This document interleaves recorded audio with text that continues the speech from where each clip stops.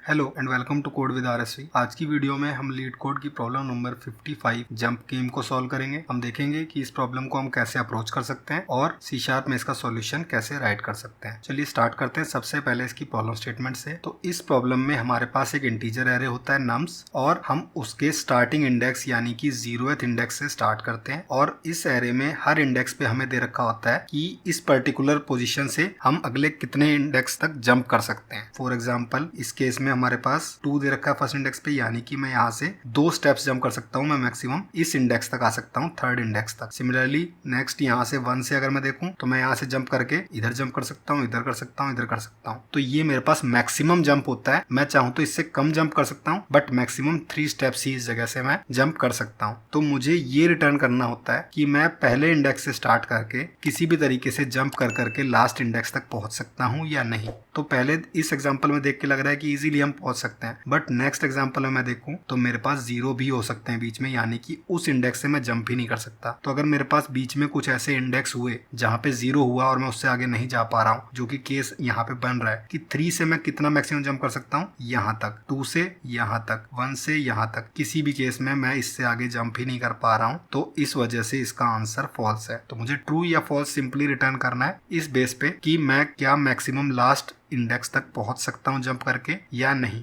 तो इस प्रॉब्लम को हम कैसे अप्रोच करेंगे? तो इतना तो सिंपल है कि मैं मल्टीपल जंप्स कर सकता हूं। तो इसके लिए यहाँ पे एक एग्जांपल राइट करते हैं, 2 3 1 1 4। तो अगर मैं इसको ब्रेक डाउन करना चाहूँ तो मैं ये कह सकता हूँ कि अगर मैं इस इंडेक्स से एंड तक पहुंच सकता हूँ, तो अगर यहाँ से मैं इस इंडेक्स तक पहुंच जाऊँ तो मैं एंड तक पहुंच सकता हूँ। सिमिलरली इस इंडेक्स से मैं एंड तक पहुंच सकता हूँ, तो अगर मैं यहाँ तक पहुंच जाऊँ तो भी मैं एंड तक पहुंच सकता हूँ। तो मैं इस तरीके से इसको राइट से लेफ्ट की तरफ ब्रेक डाउन करता हुआ आ सकता हूँ, ये स्टोर करता हुआ कि मेरा लास्ट इंडेक्स ऐसा कौन सा है जहां से मैं फाइनल इंडेक्स पे पहुंच सकता हूँ। अगर मान लीजिए यहाँ 0 होता तो मैं इसको यहाँ पे स्टोर नहीं करता वैल्यू कुछ भी, यहाँ पे मैं सिंपली कहता कि 0 1 2 3 4 4th इंडेक्स पे मुझे पहुंचना पड़ेगा, तभी मैं लास्ट तक पहुंचूंगा। अगर मैं 3 तक पहुंचा तो नहीं पहुंचूंगा। इसके केस में भी 4 ही स्टोर हो जाएगा, क्योंकि यहाँ पे मैं अगर खड़ा हूँ तो मैं लास्ट इंडेक्स पे नहीं पहुंच सकता। सिमिलरली यहाँ पे देखूं तो यहाँ पे अब मेरा आएगा कि 3 जंप से मैं पहुंच पा रहा हूँ, तो मुझे यहाँ 4 स्टोर करने की जरूरत नहीं है। मैं इसका खुद का इंडेक्स यहाँ स्टोर कर लूंगा कि 1 इंडेक्स तक आप पहुंच जाओ आगे से, तो यहाँ से ये वाला इंडेक्स मुझे पहुंचा देगा एंड तक। तो इस तरीके से वैल्यूज मेंटेन करनी है। और अगर 2 पे आके मेरी वैल्यू यहाँ पे 0th इंडेक्स पे 0 स्टोर हो रही है, 0th इंडेक्स खुद कह रहा है कि मैं यहाँ से पहुंचा सकता हूँ किसी भी तरीके से, इस तरीके से जंप करा के। मान लीजिए यहाँ पे आता 1 1 1, तो इस केस में हमारे इंडेक्स थोड़े चेंज हो जाते हैं। इनकी वैल्यूज एक बार नीचे राइट करते हैं, तो हमारे हो गए 0 1 2 3 4 5 6 7 इंडेक्सेस है। अब यहाँ पे स्टोर होगा 7, कि आपको 7th इंडेक्स पे यहाँ पे खड़े हो तो आप पहुंच ही सकते हो। नेक्स्ट में स्टोर किया तो 7 ही आ गया। 6th इंडेक्स से आप नहीं पहुंच पा रहे हो। यहाँ से चेक किया तो यहाँ से भी नहीं पहुंच पा रहे, 7। यहाँ से मैं पहुंच पा रहा हूँ तो यहाँ पे आ गया 4। इस इंडेक्स की वैल्यू यहाँ पे स्टोर हो गई कि 4th से आप पहुंच सकते हो। सिमिलरली यहाँ से मैं 4th पे पहुंच सकता हूँ और 4th से आगे तो यहाँ पे 3 आ गया कि यहाँ से भी आप पहुंच सकते हो, यहाँ तक आ गए तो। सिमिलरली यहाँ पे 2 आ जाएगा, यहाँ पे 1 आ जाएगा और यहाँ पे 0 आ जाएगा। जैसे ही 0th इंडेक्स पे 0 आया, मैं श्योर हूँ कि मैं शुरू से एंड तक पहुंच सकता हूँ। मैंने कैलकुलेट किया है बीच में ऐसा कोई जंप बन रहा है कि वो मुझे एंड तक पहुंचा दे। तो मुझे इस प्रॉब्लम में इतना ही कैलकुलेट करना है, मुझे एक्चुअल पाथ नहीं निकालना है, मुझे बस ट्रू या फॉल्स रिटर्न करना है। चलिए देखते हैं इस चीज को हम डीपी का यूज करके कैसे C# में सॉल्व कर सकते हैं। तो सिंपली मैं यहाँ पे n ले लूंगा, nums की लेंथ, और इसी साइज का अपना एरे बना लूंगा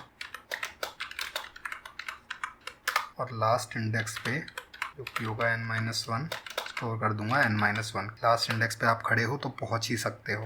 और उसके बाद उल्टा लूप चलाएंगे हम और इसके अंदर कैलकुलेशंस करेंगे।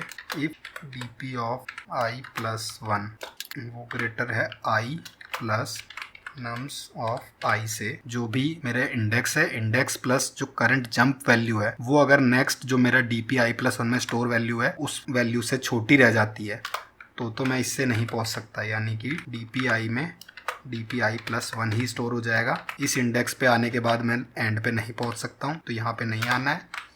और एल्स अगर ऐसा केस नहीं है, वो वैल्यू मुझे जंप करा रही है पार तक, तो dp of i equal to i, यानी इस इंडेक्स पे से मैं एंड में पहुंच सकता हूं। ये मेरा एल्स केस में स्टोर हो रहा है। और ये पूरा लूप चलने के बाद मुझे सिंपली रिटर्न करना है कि dp ऑफ 0 इक्वल्स 0।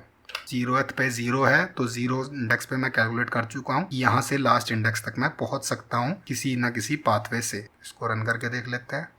क्योंकि यहाँ पे मुझे असाइन करना था, फिर से रन करके देख लेते हैं।